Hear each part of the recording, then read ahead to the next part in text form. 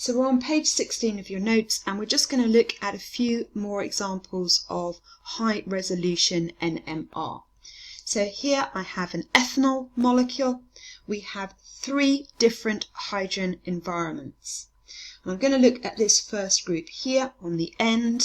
So this group here, if you remember, it's coupled with these 2 hydrogens. So that's 2 and 1 for myself. That would make a triplet. So I'm going to label that A, and there is peak A.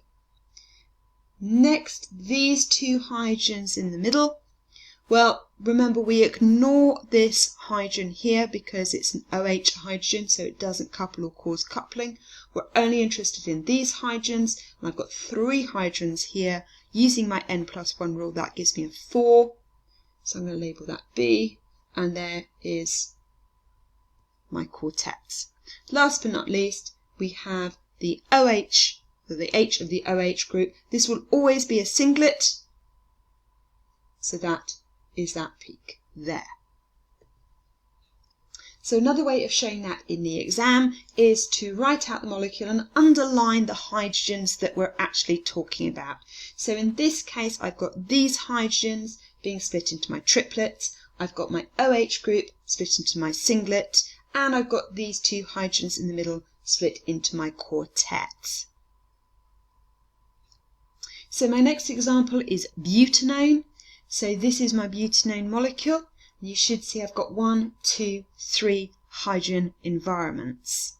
So looking at this hydrogen environment first, on the adjacent carbon I have no hydrogens. So that's going to be a singlet. So these hydrogens here I'm going to call A, and that is peak A. These hydrogens here are coupled with these hydrogens. This carbon has no hydrogens on it, so it's only this CH3 group, n+1, so I've got these hydrogens here.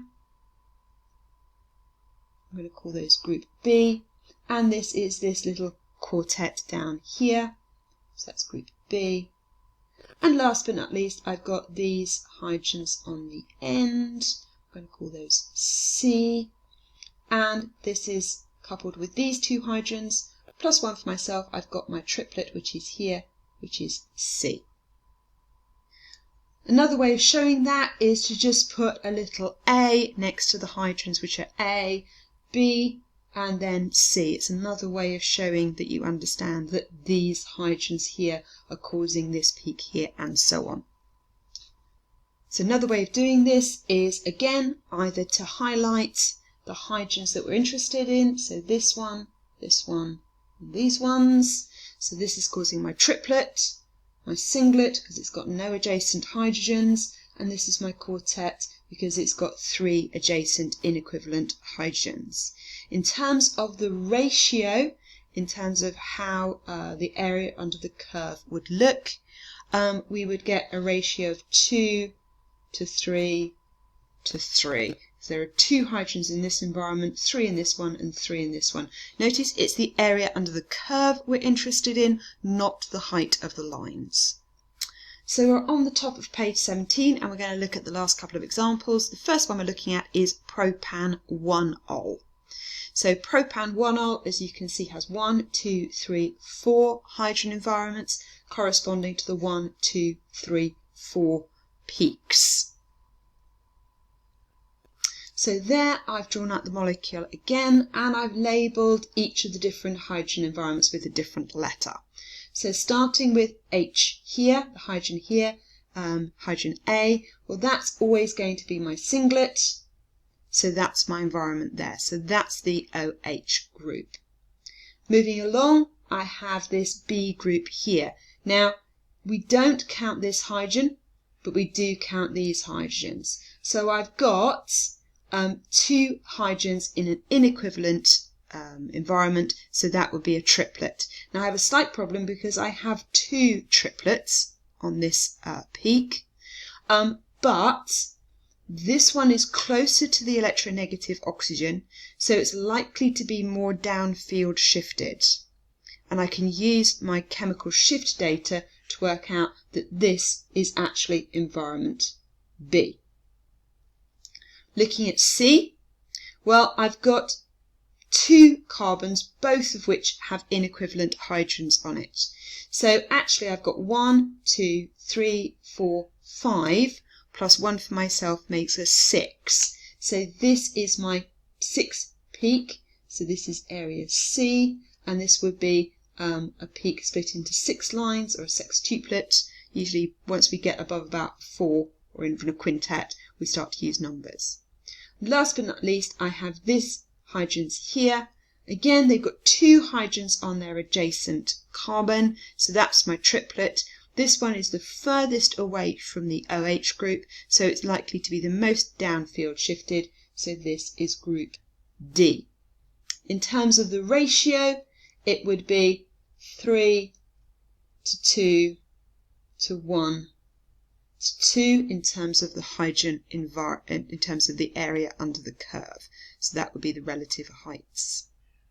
Now notice you can do all of that annotated on the diagram. It's much easier to annotate things on the diagram and then talk about the splitting pattern later on.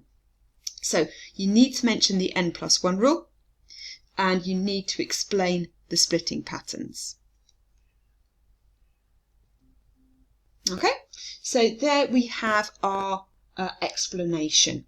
Okay, so we've given the parts per million, we've given the chemical shift values, and we've talked about the splitting patterns. So the relative intensities should be 2 to 1 to 2 to 3, going across the spectrum from left to right.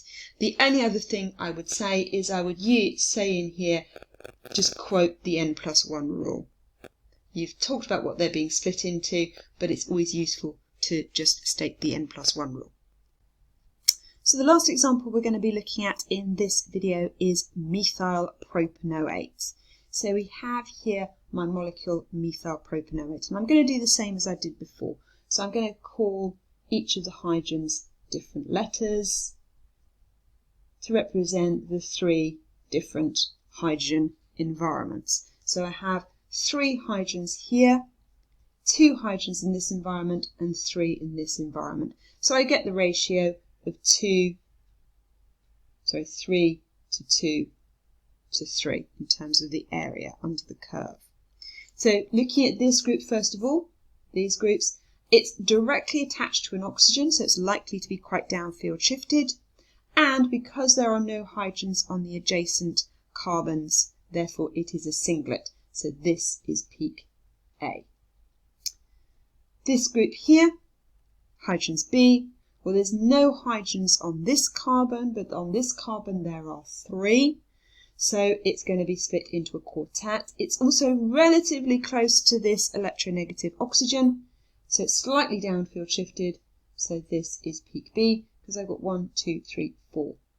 And last but not least, C, well, there's only 1 peak left, but just check it works. So I've got 2 hydrogens on the adjacent carbon, n+1 rule, 2 + 1, I should get a triplet. So there it's explained in words, but as I said before, you probably don't need to write all of this out as long as you've kind of specified in your annotation. But again, I would just quote the n+1 rule. Using the n+1 rule, this has been split into a triplet by the 2 neighbouring protons. And the ratio of the protons should be 3 to 2 to 2, again linking that to the molecule. So last but not least in this video, we've got these 4 pieces of information we can get from a hydrogen NMR. The first 3 you can get from both high and low resolution. The 4th one you can only get from a high resolution NMR. So the number of peaks gives us the number of different hydrogen environments. The area under the peak, or the relative area, gives us the ratio of the hydrogens, the ratio of the protons. Chemical shift value tells you something about the environment in which the hydrogen is finding itself. The more downfield shifted it is, the more likely you are to be closer to an electronegative oxygen or nitrogen. But do remember you are given chemical shift data in your data sheet, and you do need to learn how to use that. Last but not least, the 4th piece of information you can only get from a high resolution, and that is using this n+1 N+1 rule.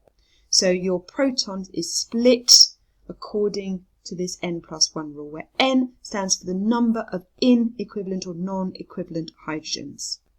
Do remember though, any hydrogen bonded hydrogens, we call them liable protons, they do not cause splitting and they are never split themselves. So OH hydrogens and NH hydrogens will always appear as singlets.